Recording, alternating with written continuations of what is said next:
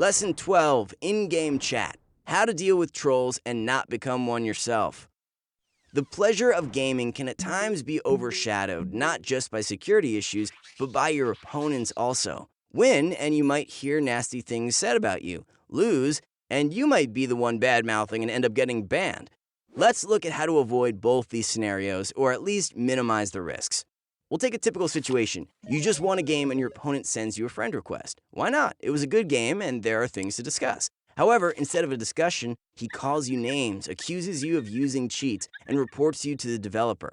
At this point, the dialogue breaks off and he gets unfriended. And you didn't use cheats, of course.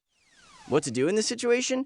Know the rules. Almost any multiplayer game comes with its own rules of conduct. Usually they can be found on the official website or forum under the heading Code of Conduct or something similar.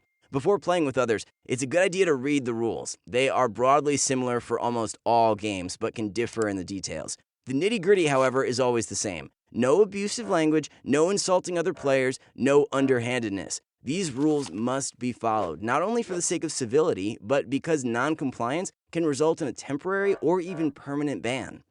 If your behavior is above board, but another player threatens to report you for some reason, take a screenshot. This will help argue your case with the developer. Either way, don't worry too much. All your messages are visible to the developer, so they will know that you are a fair-minded player who does not cheat or use bad language. So the complaint will be ignored. And if they don't ignore it, you have your screenshots to prove that you didn't offend anyone. If it's you on the receiving end, again, take a look at the code of conduct. Is the other player's behavior against the rules? If so, feel free to complain. The procedure varies from game to game, and some even deal with such issues outside the game itself. But in most services, you can report the player, giving an explanation of what happened. In some cases, you might need to attach evidence, so if a fellow gamer insults you, take screenshots. If they really did break the rules, they will receive a warning or a ban, and don't feel guilty about snitching. On the contrary, be proud that you have saved the rest of the community from getting similar abuse.